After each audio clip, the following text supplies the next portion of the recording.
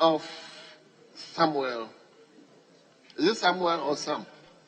Samuel. Samuel George. Thank you very much, Right Honorable Speaker. And Honorable, you have 10 minutes. No, as a ranking. 10 minutes. Ranking. Honorable, I didn't. 10 minutes, Honorable. 15. Mr. Speaker, let me, even if I'm given 5 minutes, I'm sure I'll be able to do justice to our friends on the other side, led by His Excellency the President, who have given the truth and facts a haircut. Mr. Speaker, it appears that the government led by President Akufo-Addo has engaged in a debt exchange program with the truth and have decided to peddle untruths to this House. President Akufo-Addo, in his statements to this House, said that, indeed, and I quote, freedom of speech has now reached such heights that even members of the diplomatic corps feel able to join in our national discourse. Mr. Speaker, President Akufo-Addo has forgotten that he summoned the diplomatic community to Peduasi on Tuesday, January 28, 2020, and issued them with a stern warning to stop commenting on national issues in our country. That is the record of President Akufo-Addo. Yet today he turns around and says that there is freedom of speech. An intolerant person who is unhappy about dissent. You are begging the German government to help you beg China to forgive debt. And when the German ambassador tells you that your government is suffering from elephantiasis, you say that your party symbol is an elephant, so he should leave you alone. And you are complaining about that. Mr. Speaker, you have the defense minister stand in this chamber, this is a house of records, and claim that no government has ever provided accommodation for the military. Mr. Speaker, this house has approved loan agreements for military housing for our services under President Mahama. Mr. Speaker, the naval headquarters, the Minister for Defense, he is the minister who oversees the Navy of our country. The Ghana Naval Headquarters in Bemakam was commissioned on the 11th of August 2016 by President Mahama. That the minister doesn't know. Mr. Speaker, on the 19th of October 2012, President Mahama commissioned hangars, simulators, and aircraft for the military.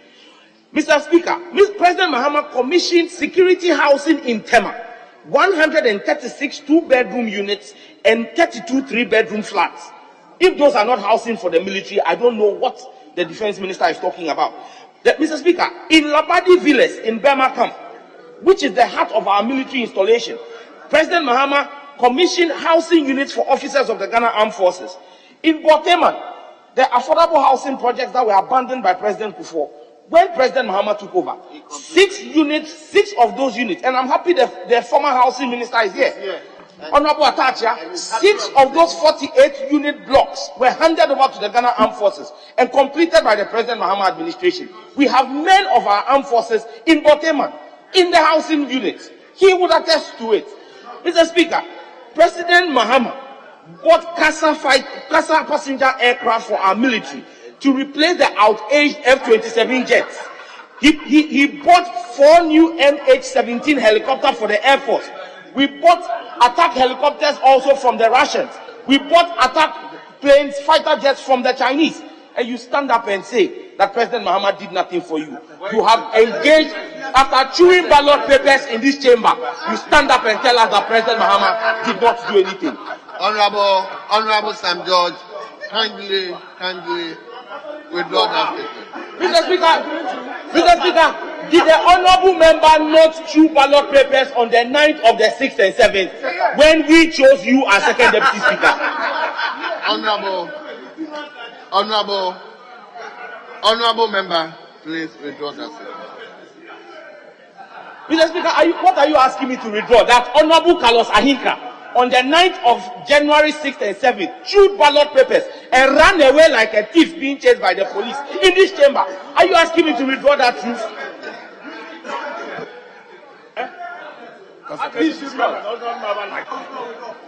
Mr. Speaker, Honorable member, sit down. Mr. Speaker, for the purposes of focusing on the substance, I oblige you Everybody knows that Carlos did it, but you say I should withdraw, I withdraw. Mr. Speaker, you see, when I said the president has engaged the debt exchange program with the truth, the president stood in this chamber, these hallowed chambers of parliament, looked Ghanaians in the face and said that his government has constructed more fiber optic cable than any government in this Fourth Republic. Mr. Speaker, there is nothing further away from the truth. Anybody admitting that it will be tantamount to admitting that our president carries an Afro punk on his head. Mr. Speaker, it is impossible. Because I will give you the breakdown of our fiber optic holding in this country. And Mr. Speaker, look, when it comes to the Eastern Corridor fiber, which currently is the longest fiber chain in our country, yesterday the Minister for Communications tried to play hanky-panky with the facts. That project was a Danida-sponsored project under President Mahama. It was cut for it by the former minority leader, Haruna Idrisu. And I have in my hands the report dated 27 September 2012, where Honorable Haruna Idrisu, as Minister for Communication at the time, with President Mahama having taken over after the demise of Professor Mills, was the minister who cut sword for the Eastern Corridor fiber. 800 kilometers of fiber, starting from Ho, running through communities like Jasikan, Bushegu, Boku, Gendi. 122 communities along the Eastern Corridor connected. Government of Ghana project. Under this ministry, under this current government, they did an extension from Ho to Accra, 165 kilometers. It is only under this government that 165 kilometers is greater than 800 kilometers. That is why our economy is in reverse gear, Mr. Speaker. Mr. Speaker, again, I hold in my hands evidence of President Mahama cutting sword for the commissioning of the project in Ho. This was done on Monday, 18th May, 2015. 6 minutes more. Mr. Speaker, listen, Mr. Speaker, if we want to talk about the holdings of fiber in our country, let us state for